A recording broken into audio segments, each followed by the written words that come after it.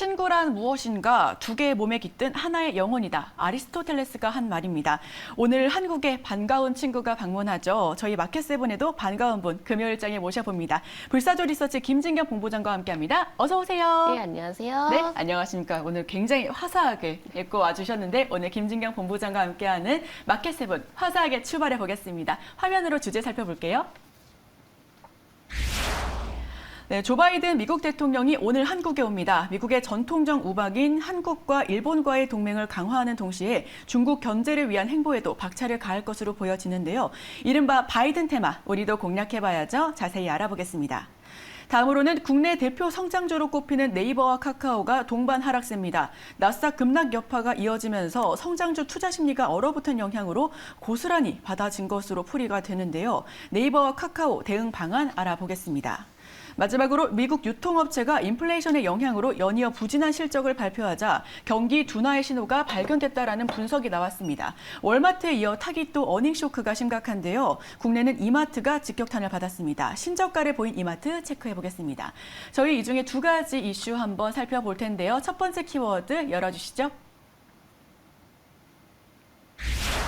네, 웰컴으로 첫 번째 키워드 준비해봤습니다. 바이든이 드디어 한국에 옵니다. 말만 계속해서 이제 방문하겠다 하다가 이제 직접 드디어 오늘 도착을 하는데 동맹, 북핵, 중국이 핵심 키워드라고 또 밝혔습니다. 오늘 어떤 섹터가 가장 크게 수혜를 받을지 한번 여쭤볼게요. 네, 일단 21일에 윤석열 대통령과 그리고 이제 바이든 미국 대통령의 첫 정상회담이 이제 시작이 됩니다. 크게 두 가지 바로 안보와 경제 이 두 축의 이제로 좀 다뤄질 예정인데 특히나 정상회담의 경우는 윤 대통령 취임 이전부터 추진되었다라고 하고요. 그리고 군사동맹이라든지 한미 FTA를 통해서 이 경제동맹에 이어서 이제는 한미 기술동맹이 추가가 되면서 포괄적 전략동맹으로 좀 강화하겠다라는 계기를 보이지 않을까라고 예상을 하고 있습니다. 이제부터는 뭔가 반도체에 대한 업황 개선이라든지 그리고 정책 부분에 대해서 굉장히 주목을 해봐야 되는 시점이다라고 볼 수 있을 것 같고요. 특히나 바이든 대통령이 이 삼성전자 반도체 공장을 또 방문할 예정이라고 하는데 이 점도 뭔가 좀 경제 안보의 협력의 일환이다라고 좀 볼 수 있을 것 같고요. 또 추가적으로 4차 산업혁명을 맞이해서 반도체 공급 부족이 계속적으로 심화가 되고 있는 상황이랍니다. 근데 우리나라가 바로 반도체 강국이기 때문에 이러한 공조의 경우는 강한 모습을 보일 수가 있기 때문에 반도체에 대해서도 하나의 또 산업혁명이 또 일어나지 않을까라고도 기대를 해보고 있는 상황이기도 하고요. 또 자동차에 대해서는 한번 좀 기대를 걸어볼 수도 있을 것 같습니다. 특히나 현대차라든지 기아의 경우는 2030년까지 21조 원가량을 투자를 해서 국내에서만 144만 대의 전기차 생산 계획을 좀 보였었는데요. 미국 조지아주 공장 설립에 추진을 하고 있는 상황이기도 하고요. 특히나 여기에서 주목이 되고 있는 점이 바로 바이든 대통령 방안에 맞추어서 미국 공장 투자 계획을 발표하고 있기 때문에 우리가 완성차 업체의 어떤 투자 계획도 면밀하게 살펴볼 필요가 있다는 점 말씀드려보도록 하겠습니다. 네, 반도체는 당연히 기대를 모으고 있는 것 같고요. 2차 전지는 어제 크게 돌았기 때문에 오늘 역시 모멘텀 다시 나와줄지 지금 시청자 여러분들께서도 궁금해하시는 부분일 것 같습니다. 그럼 다음으로는 이번 한미 동맹 강화와 IPEF 참여 움직임으로 중국과의 연결고리가 악화되는 게 아니냐라는 의견도 있습니다. 싱가포르, 말레이시아도 있는데 한국만 유독 콕 집어서 민감한 반응을 내보이고 있죠. 이 IPEF가 인도, 태평양 경제 프레임워크라고 불리고 있다라는데 이게 무엇이며 그리고 또 이게 어떻게 좀 우리가 좀 반응을 해야 될지 대응을 해야 할지도 한번 여쭤보겠습니다. 네, 일단은 무역과 공급망 그리고 인프라, 청정 에너지, 탈탄소 조세, 반부패와 같이 이 네 가지 주제를 중심으로 해서 협력을 모색을 하고 있는 인도 태평양 지역 경제 협력체라고 보시면 되실 것 같습니다. 회원국 간의 관세 인하라든지 또 규제 철폐 방점을 좀 FTA와는 좀 더 넓은 의미로 좀 보시면 되실 것 같고요. 한미 정상회담에서는 이 IPEF 참여를 공식 선언을 할 예정이라고 합니다. 특히나 정부에서는 참여가 바로 공급망 다변화라든지 또 안정화를 기여를 하고 우리 기업에도 하나의 또 경쟁력으로 좀 강화를 할 수 있는 기회가 될 것으로 좀 전망을 하고 있다라고 하는데요. 일각에서는 이 IPEF가 바로 과거 사드 배치 때처럼 이 중국의 보복을 불러올 수도 있지 않냐라는 우려감도 현재 나오고 있는데 일단 IPEF가 바로 좀 더 중국을 견제를 하기 폄하하려는 성격이 강하기 때문입니다. 그래서 이런 얘기들이 좀 나오고 있는데 하지만 당장으로서는 뭔가 중국이 뭔가 경제 보복과 같이 구체적인 좀 행동을 취하진 않을 것으로 전망하고 있고요. 일단 IPP의 경우는 다자 협력체이기 때문에 바로 중국이 특정 국가만 딱 짚어서 뭔가 보복을 할 가능성은 좀 낮다라고도 볼 수 있을 것 같습니다. 그리고 지금 정부에서도 이 중국과 어떤 좀 경제적인 관계를 고려해서 미국 쪽으로 좀 기울어진 것이 아닌가라는 인상을 주지 않기 위해서 많은 노력을 하고 있다고 하는데요. 바로 이제 중국과 함께 15개국이 좀 참여하고 있는 영내 포괄적 경제 동반자 협정이라고 해서 RCEP를 활성화를 하고 또 뭔가 포괄적 점진적 환태평양 경제 동반자 협정이라고 하는 이 CPTPP도 준비를 하고 있다고 합니다. 다양하게 뭔가 경제 협력 채널을 좀 준비를 하고 있기 때문에 오히려 중국과의 어떤 경제 협력을 기반으로 해서 어떤 방식으로 좀 이끌어 나갈 수 있을지 그 부분에 대해서도 지켜보시면 좋으실 것 같습니다. 네, 지금 중국 봉쇄 완화에 대한 기대감이 큰데 여기에 더해서 조금 부정적인 의견이 따르지 않을까라고 우려했지만 그렇게 우려할 만한 사안은 아니다라는 말씀을 해주셨는데요. 국가정보원이 어제 북한의 핵실험 상황과 관련해서 바이든 방한 일정에 맞춰서 북한이 미사일을 쏠 수 있다라고 말을 했잖아요. 바로 방산주 상승으로 이어질지 북한의 도발에 대해서는 어떻게 보실까요? 네, 일단 방산주의 경우는 과거에서부터 계속 북한의 소식에 많이 민감한 반응을 보였습니다. 하지만 이번에는 상황이 달라졌다라고 보시면 되실 것 같은데요. 왜냐하면 러시아, 우크라이나 지금 전쟁이 가시화가 되고 있기 때문에 오히려 유럽 국가들이 이 군비 증강에 대한 수주 기대감으로 현재는 이런 부분들이 방산주에는 기대감으로 작용이 되고 있기 때문입니다. 그리고 국내 정부에서도 이 항공 우주 산업을 적극적으로 육성을 하겠다라고 의지를 보였기 때문에 이런 좀 정책적인 모멘텀도 새롭게 좀 나오고 있는 상황이기도 하고요. 오히려 방산주의 경우는 이런 좀 테마성인 이슈보다도 앞으로 뭔가 이 모멘텀으로 인해서 종목별로 희비가 더 엇갈리지 않을까라고 전망하고 있는데 이 종목별로 봤을 때 뭔가 그냥 단순히 테마적인 성격으로만 움직이는 종목이 있는가 하면은 오히려 모멘텀으로 움직여질 수 있는 종목들이 나타나지 않을까라고도 보고 있습니다. 대체적으로 뭔가 방산주가 상승으로 이어질 만한 소식들을 많이 좀 나오고 있는 상황이기 때문에 지금부터는 방산주 종목별로 움직임을 보면서 대응하자라는 점 말씀드리도록 하겠습니다. 방산주는 정말 예전의 방산주가 아니군요. 이제는 대응 관점을 조금 더 트레이딩 관점에서 단기 투자 전략으로 한번 알아보시는 게 어떠신지 한번 여쭤보고 싶습니다.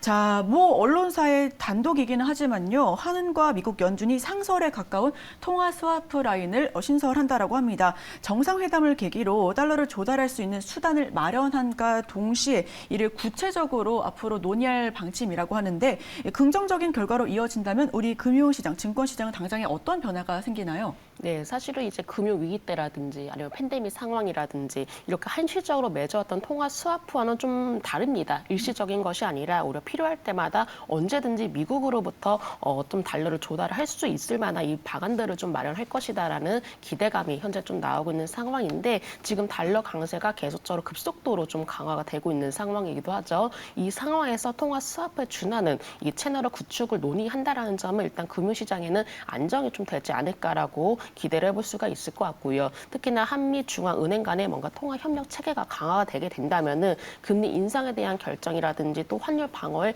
유리하게 또 위치를 선점할 수 있을 것이다라고 생각을 하고 있습니다. 특히나 미국의 경우는 영국이라든지 일본, EU라든지 전 세계 주 5국가 상시적으로 통화 스와프를 체결을 해놓은 상황인데 물론 이와 같은 수준까지는 좀 아닌다 하더라도 상시 개념의 통화 스와프를 마련을 할 것이다라는 관측이 현재 좀 우세한 상황이기도 하고요. 이 상시 통화 스와프의 경우가 특히나 위기 때만 맺는 것이 아니라 뭐 여러 가지 이렇게 통상적으로 좀 이용할 수가 있기 때문에 경제가 위기에 빠졌다라는 오해를 심어주지 않을 수 있다라는 점도 가장 큰 장점이지 않을까라고도 볼 수 있을 것 같습니다. 일단 하나의 금융 안정망적인 좀 역할을 할 수가 있기 때문에 오히려 금융 시장에서는 전체적으로 안정을 좀 주지 않을까라고 볼 수 있을 것 같고요. 물론 아직까지 이런 얘기들이 뭔가 구체적으로 좀 나온 상황 아닙니다. 그렇기 때문에 앞으로 이와 관련된 내용들은 꾸준히 지켜볼 필요가 있다라는 점 말씀드려 보도록 하겠습니다. 네, 아직 구체적으로 청사진이 밝혀진 게 아니기 때문에 이러한 내용들은 하나하나 다 체크해서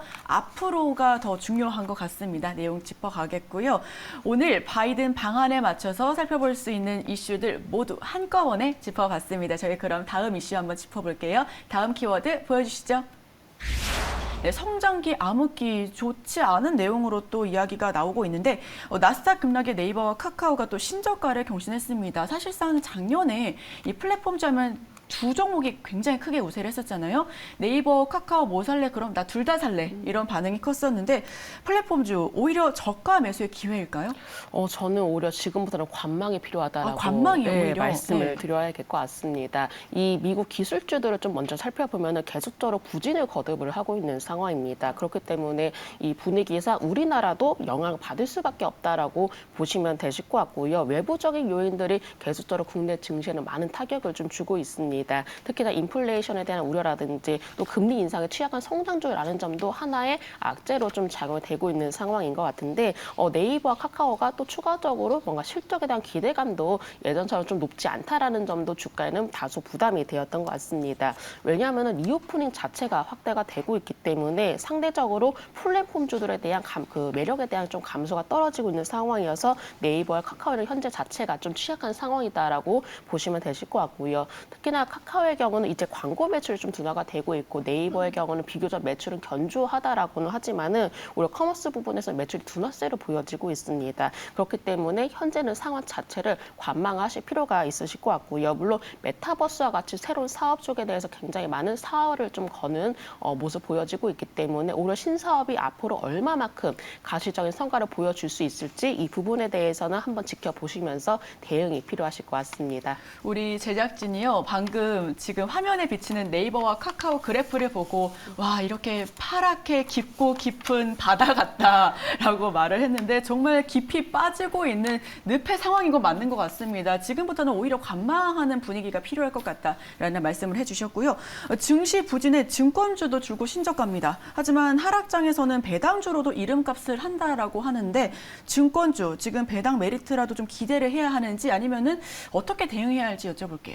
네, 지금 시장 상황으로 봤을 때는 증권주도 마찬가지로 투자 심리가 위축이 될 수밖에 없습니다. 워낙에 시장 영향을 민감하게 좀 받아들이는 업종 중 하나가 바로 증권주이기 때문인데요. 하지만 그동안에 주가가 많은 좀 하락세와 그리고 약세를 보여왔기 때문에 이미 실적에 대한 부진이라든지 또 금리 인상과 같이 여러 가지 하락 요인들을 선반영했다라고 볼 수 있을 것 같습니다. 그만큼 또 마폭 과대가 되었다라고 보시면 되실 것 같고요. 근데 과거와는 달리 증권사들이 계속적으로 꾸준히 사업 다각화를 진행을 해 나가고 있습니다. 오히려 이 부분 자체가 앞으로 견조한 실적으로 이어질 가능성이 높다라는 점도 참고해 주시면 좋으실 것 같고 일부 증권사들의 경우가 오히려 자사주 매입이라든지 또 배당 확대라든지 이런 주주 친화 정책에 좀 나서고 있는 상황인데 오히려 앞으로는 이 부분들이 또 매력으로 두가게 될 가능성도 있다는 점이죠. 그렇기 때문에 오히려 증권주의 경우는 뭔가 당장에 대한 기대감보다도 조금은 중장기적으로 전반적인 상황 자체가 개선이 될 것으로 좀 예상하고 있기 때문에 이 부분들도 한번 살펴보시면 좋으실 것 같습니다.